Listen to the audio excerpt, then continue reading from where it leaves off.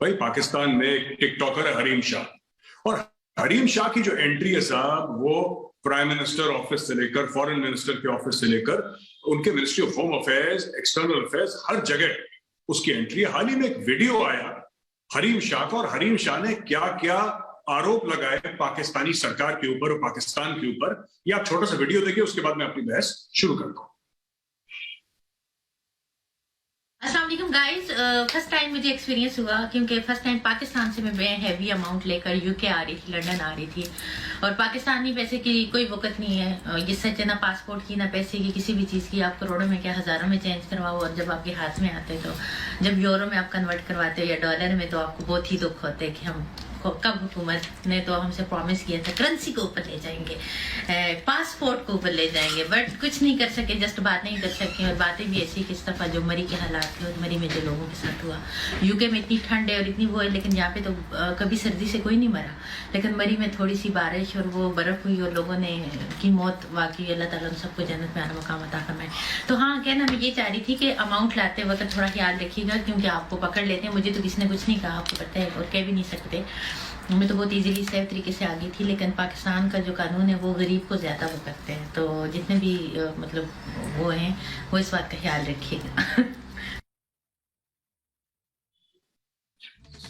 देखिए दोस्तों, आपने देखा कि पैसे लेकर आई, काफी हैवी अमाउंट लेकर आई, लाखों डॉलर लेकर आई। पाकिस्तान में वैसे ही फॉरेक्स की, फॉरेन एक्सचेंज की मारामारी है, और वो साफ कहती है कि साहब मुझे कौन है रोकने वाला, पाकिस्तान मुझे कौन है रोकने वाला। ये मलिका पाकिस्तान है, ये इनको कौन रोकेगा, इनकी मर्जी है। इनको तो इनकी हिस्ट्री ऐसी है कि इनको हो ना हो होम मिनिस्टर पाकिस्तान का एयरपोर्ट तक छोड़ने भी आया हो, किसी को नहीं पता। ये बाद में स्कैंडल पता लगेगा। खैर, मैं अपने गेस्ट से तारुफ करवाता हूँ। रमनीक मान जी है मेरे साथ। रमनीक मान जी, बहुत बहुत स्वागत है। पुराने चेहरे हैं, टेलीविजन पे जाने माने चेहरे हैं। वैभव सिंह फाउंडर हैं डिफेंसिव ऑफेंस के और डू पॉलिटिक्स के। वैभव, बहुत बहुत स्वागत है।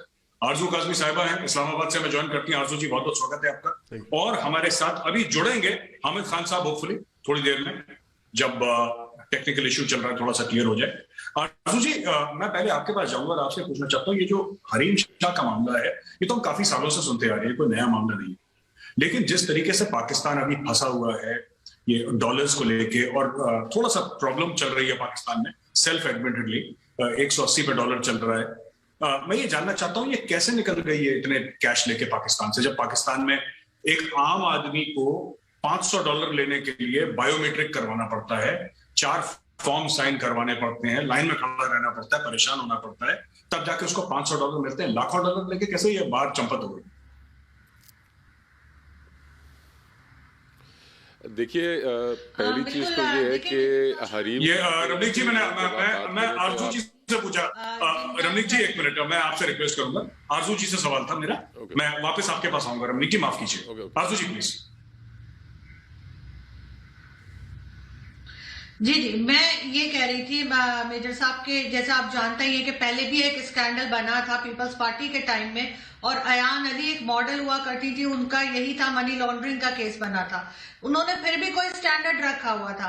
अभी जो गवर्नमेंट है उनका, हम यही कह सकते हैं कि बहुत ही खराब इंप्रेशन बना है। और ये जो है, आप जिस हरीम शाह की बात कर रहे हैं, इनकी तो पिक्चर्स मौजूद है, चाहे वो हमारे फॉरेन मिनिस्टर से लेकर प्राइम मिनिस्टर और हर किसी उनके कैबिनेट के लोगों के साथ ये खड़ी हैं, और यहाँ तक कि ये फॉरेन ऑफिस के अंदर भी घूमती फिरती नजर आएंगी, वहां पे प्राइम मिनिस्टर की सीट पे बैठ के ये पिक्चर्स बना रही हैं। तो इस तरह से करके तो इन्होंने बहुत ही, जो गवर्नमेंट है उसने तो कहना चाहिए बहुत ही नाम खराब कर रखा है। और ये अब जो नई वीडियो इनकी आई है, ये भी एक तरह का तमाचा है जो कि गवर्नमेंट के चेहरे पे या यहाँ के लोगों के ऊपर पड़ा है। और अब अगर उन्होंने एक दूसरी वीडियो और रिलीज कर दी कि जी मैं तो वैसे ही बना रही थी टिकटॉक के लिए वीडियो, और ये ऐसा नहीं है।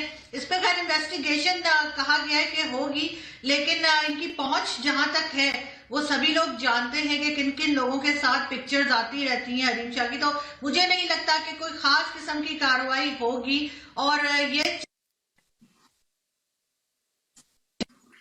नजर आए हैं जिनके पैसे ये लेके दूसरी वीडियो उन्होंने बनाई, किसके थे, वो सब पीटीआई के मेंबर्स हैं, जो करंट गवर्नमेंट हमारी बैठी हुई है, जिस पॉलिटिकल पार्टी से रिलेटेड उनके लोग हैं।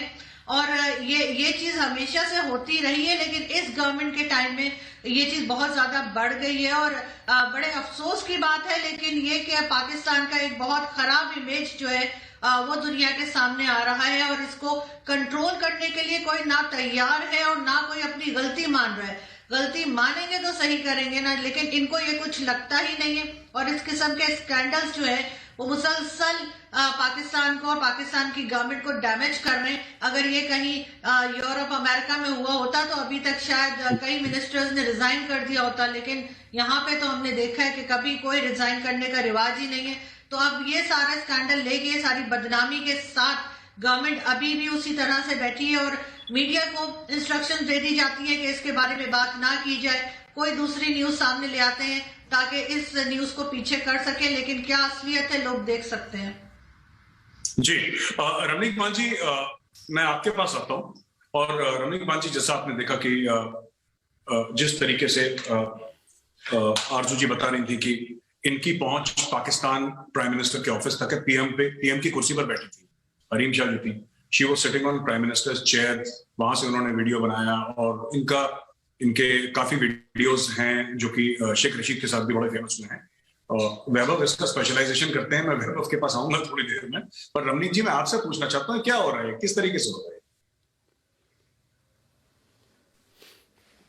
मेजर साहब, पहले तो सह क्षमा जो है वो आरजू, वैसे माफी मांगने वाली बात नहीं है। ये सिर्फ हरीम शाह का तमाशा नहीं, आपका पूरा का पूरा मुल्क तमाशा है। आपके वजीर आजम, जो रूहानी वजीर आजम है, आपके इमरान खान साहब से लेके जहांगीर तरीन, शाह महमूद कुरैशी, आपके फयाज अल हसन चौहान और उसके बाद शेख रशीद, इन सब के साथ जिस तरीके के उनके संबंध हैं, और वो कुर्सी पे बैठी हैं, वो तो तस्वीरें हैं, ये जाने कहाँ कहाँ बैठी हो बिठाई गई हैं, ये तो राम जाने जी, मतलब आपके केस में अल्लाह जाने जी कि क्या क्या वहां पे हो रहा है। और जिस तरीके से ये पैसे लेके गई, अब जाने वो ब्लैकमेल का पैसा है, it's a classic case of blackmailing है ना। ये पूरी की पूरी जो आपकी कैबिनेट है वो कहीं ना कहीं मुझे लगता है हनी ट्रैप्ड है, और इसके अंदर कोई बहुत बड़ा सरप्राइज नहीं होगा कि इसको प्लांट किया गया है। और ये पैसे बाहर लेके जाना और उसका ये धड़ल्ले से कहना कि मेरे से को तो खैर कौन ही रोकेगा, तो ये उस लिहाज से आपके मुल्क की रूहानी अम्मी लगी जी, तो इनको कौन रोकेगा, है ना। तो मैं ये समझता हूं कि it's a classic case of blackmail by a fair woman और अ फेयर फीमेल। और पूरे के पूरे कैबिनेट को एक टीवी टॉक शो के ऊपर हरीम शाह ने जो है उठा के फोन मिला दिया था cabinet minister, interior minister Sheikh Rashid को, वो पाव किलो वाले जो बम बनाते हैं ना साहब उनको, और वो फूटा इनके ऊपर जाके बम। एक इनके पास मुफ्ती हैं, मुफ्ती कावी, उनको इन्होंने रैप्टा रसीद कर दिया था, तो इनको फर्क नहीं पड़ता। और ये जो सब आई वॉश है, एफआईए क्या कर लेंगे भाई एफआईए। ये तस्वीरें आपने देखी हैं, वो तो सेंसर्ड तस्वीरें हैं मेजर साहब, उसके पास तस्वीरें वीडियो जाने क्या कुछ है जो सेंसर बोर्ड पास भी ना करे। और ये सारे के सारे हनी ट्रैप्ड है। ये छींक भी देगी ना, पाकिस्तान में मशहूर है कि अगर ये छींक भेजेगी तो हुकूमत हिल जाएगी। जी मैं चाहता हूं हामिद खान साहब के पास। हामिद खान साहब स्ट्रेटेजिक अफेयर्स एक्सपर्ट हैं, लाइव फ्रॉम इस्लामाबाद। सर, हमारी शो में बहुत बहुत स्वागत है आपका खान साहब। और खान साहब, मैं आपसे ये बात पूछना चाहता हूं कि दूसरे खान साहब क्या कर रहे हैं? आप तो कमेंट कर रहे हैं, खान साहब हमारी शो में हैं, हमारी शो की जीनत बने हुए हैं, लेकिन दूसरे खान साहब क्या कर रहे हैं? सर, आपके यहाँ अगर फॉरेन एक्सचेंज का मसला है, मुल्कों में होता है, इंडिया में भी था एक जमाने में, वो डाउट नहीं है, लेकिन ये क्या कर रहे हैं? ऐसे खुले कह रहे मुझे कोई रोक ही नहीं सकता, ऐसे कैसे कोई ले जा सकता और फिर ऊपर वीडियो भी डाल रहा है? इसके ऊपर जरा कमेंट करें। थैंक यू वेरी मच गौरव। मैं ये कहूंगा कि आपने बिल्कुल सही कहा है कि इस तरह नहीं होना चाहिए, और जो कुछ ये किया है हरीम शाह ने, इसके अंदर इससे कोई इनकार नहीं कि अगर गवर्नमेंट इसके ऊपर सही एक्शन नहीं देगी तो गवर्नमेंट के ऊपर बहुत सारे क्वेश्चंस आएंगे। और उसके साथ साथ ना सिर्फ इमरान खान बल्कि जो पाकिस्तान की जो फॉरेन एक्सचेंज को कंट्रोल करने के इदारे हैं वो भी क्वेश्चन बनेंगे। आरजू ने भी बिल्कुल ठीक बात कही कि पीटीआई की जो अपनी है वो बहुत वीकनेस इसमें नजर आएगी if they don't take the action. इसके साथ साथ मैं ये कहना चाहूंगा कि हमने इस पहलू के साथ साथ मैं जरा याद दहानी कराना चाहूंगा कि इंडियन बॉलीवुड के अंदर भी इसी तरह के मामलात हैं, पूरा एक माफिया है, कहीं रेव पार्टीज होती हैं, कहीं पर कोई खुदकुशी कर लेता है ड्रग्स की वजह से, कोई अंडरग्राउंड डॉन्स बने हुए हैं जो सारे गवर्नमेंट के मिनिस्टर्स को, इंडियन मिनिस्टर्स को कंट्रोल कर रहे हैं, इंडियन लोकसभा को कंट्रोल करते हैं। तो ये जो मीडिया इंडस्ट्री है, बदकिस्मती से सब कॉन्टिनेंट की मीडिया इंडस्ट्री इस तरह की बहुत सारे स्कैंडल्स के साथ भरी हुई है। पाकिस्तान के अंदर तो मैं समझता हूँ बहुत कम कोई वाकया होता है, जबकि इंडिया की जो मीडिया इंडस्ट्री है उसको भी देखना पड़ेगा, उसके अंदर भी आपको प्रोग्राम करने चाहिए कि वहां पर जितने बड़े बड़े स्कैंडल्स होते हैं अंडरवर्ल्ड के, और जनाब चाहे वो मैच फिक्सिंग की बातें हों, चाहे वो आईपीएल की बातें हों, चाहे वो दूसरे इंडस्ट्री में तमिल मूवीज के अंदर होने वाले माफिया की बातें हों। सो मेरा ख्याल ये है कि मीडिया के अंदर पाकिस्तान से ज्यादा बेबस इंडियन गवर्नमेंट भी नजर आई। पिछले 20, 25, 30 साल में मीडिया का जो माफिया है उसने बहुत सारी हुकूमतों को हिलाकर रख दिया है। बहुत सारे स्कैंडल जो हैं वो इंडियन मिनिस्टर्स के भी आए हैं पिछले सालों में, बहुत सारे स्कैंडल्स आए हैं। तो इस हवाले से दोनों हुकूमतें जो हैं वो अपने अपने अंदाज में बिल्कुल बिल्कुल आपकी बात बिल्कुल मैंने समझ ली है, सुन ली है। वैभव, मुझे इसमें आपकी साजिश दिखाई दे रही है साफ साफ, क्योंकि देखिए मुझे लग रहा है कि आप ही ने बताया उसको। मैं इस पर वैभव को दोषी मानता हूं। मैं बता रहा हूं वैभव इज द कल्प्रिट। वैभव जरा बताइए कैसा हो सकता है? ये तो कह रहे हैं हमारा मीडिया बिल्कुल बिका हुआ है, ये कह रहे हैं इंडियन मीडिया में सारे स्कैम होते हैं, पाकिस्तान में तो कुछ नहीं होता। हरीम शाह तो बहुत अच्छी है, she is a very nice girl, very sweet girl.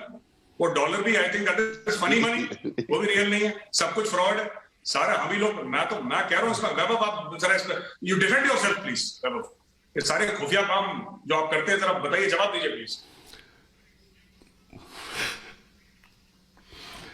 देखिए, मैं तो रिक्वेस्ट सबसे पहले ये करूंगा कि खान साहब थोड़ा बॉलीवुड कम देखा करें। वो बॉलीवुड देखते देखते बॉलीवुड में ही खोए हुए हैं और वो फिल्मी बातें कर रहे हैं कि इंडिया में भी बहुत होता है। मुझे नहीं याद है कि कभी किसी इंडियन मिनिस्टर की या इंडियन प्राइम मिनिस्टर की कुर्सी पर जाकर के कोई बैठ गया हो, कोई लड़की जाके बैठ गई हो, कोई टिकटॉकर बैठ गया हो, या कोई फिल्म एक्ट्रेस भी, मेन स्ट्रीम फिल्म एक्ट्रेस भी बैठी हो, ऐसा तो मुझे नहीं याद है। और देखिए, दूसरा ये है कि पाकिस्तान में ये मुआशरती समस्या है, मतलब उनके समाज की ये प्रॉब्लम है। अगर आपको याद होगा तो एक कंदील बलोच हुआ करती थी, उसके ऊपर भी हमने डिफेंसिव ऑफेंस पे वीडियो किया था। और फिर उसके बाद ये हरीम शाह के ऊपर भी हमने, जब टिकटॉक वाली जब इनके वीडियोस लीक हुई थी तो हमने एक वीडियो जैसा आपके साथ किया था, उसमें हमने बहुत सारी चीजें जो है वो हम मंजरे आम पे लेके आए थे, और किस किस तरीके की ये बातें करते हैं।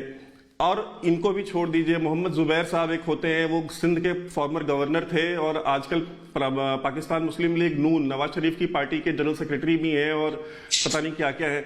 उनकी जो जिस तरह की वीडियोस आई हैं उस तरह, मतलब वो उसके बारे में मैं और आप यहाँ पे टीवी पे बात भी नहीं कर सकते। इन सब के खिलाफ क्या एक्शन लिया गया है? कोई एक्शन नहीं हुआ है। वो जो जहां था जैसे था वैसे है। आप बताइए कि जो टिकटॉक की वीडियो जिसके ऊपर हमने वीडियो की थी, उस वीडियो के बाद, मतलब वो इतनी ऑब्जेक्शनेबल वीडियो थी हरीम शाह के साथ और इनके शेख रशीद साहब जो कि वहां के होम मिनिस्टर है पाकिस्तान के, उसके बाद क्या उनके ऊपर कोई एक्शन हुआ था? नहीं हुआ था। और उन्होंने जैसे भी बताया कि चलते प्रोग्राम में जो है उसको फोन लगाया और उन्होंने फोन उठा लिया। तो ये पाकिस्तान की जो समस्या, कहते हैं इंक्वायरी होगी, इंक्वायरी तो फातिमा जिन्ना से लेकर के आज तक नवाज शरीफ तक जितनी इंक्वायरियां हो रही है, कंक्लूड कौन सी इंक्वायरी हुई है? कोई इंक्वायरी आज तक कंक्लूड नहीं हुई। एफआईए की इंक्वायरी, एफआईए तो खुद बशीर मेमन की इंक्वायरी कर रही है, जो कि एफआईए का चीफ था, और उसके ऊपर इंक्वायरी ये हो रही है कि तुम खुद मनी लॉन्ड्रिंग करते थे। आप सोचिए कि जो फॉर्मर, अभी एक्स बशीर मेमन जो एफआईए के चीफ थे, उनके खिलाफ खुद पाकिस्तान की एफआईए इंक्वायरी कर रही है कि हमारा जो फॉर्मर बॉस था वो मनी लॉन्ड्रिंग करता था। तो ये इस तरह का सर्कस है ये पूरा। और हरीम शाह के पास जो पैसे थे, देखिए हरीम शाह बहुत क्लोज है शाह महमूद कुरैशी और शेख रशीद दोनों के, और वो हरीम शाह जो है शाह महमूद कुरैशी के पैसे, वो बेसिकली एज अ कुरियर काम करती हैं। वो पैसे लेकर के यहाँ से दुबई, दुबई से लंदन, लंदन से पाकिस्तान, वो पैसे को घुमाती है, ब्लैक का पैसा व्हाइट करती है। जो 10-10 रुपए लेकर के वहां के फॉरेन मिनिस्टर शाह महमूद कुरैशी जो बाल काटते हैं, तो वो जो चंदा कलेक्ट होता है, अनअकाउंटेड मनी है, वो पैसा कहां जाएगा? आखिर वो मेन स्ट्रीम में कैसे आएगा? तो इस तरह की जो हरीम शाह जैसी जो खवातीन है, जो औरतें हैं, ये यूज की जाती हैं। और आईएसआई भी इन्हें बड़े ही कंफर्ट के साथ यूज करती है कि आप इससे कॉम्प्रोमाइज कर लेते हैं एक जो पॉलिटिकल लीडरशिप है किसी भी पॉलिटिकल पार्टी की, और इसकी एक पूरी तारीख है। अयान अली का भी जिक्र किया था आरजू ने, अयान अली का केस सबके सामने है। जी बिल्कुल बिल्कुल।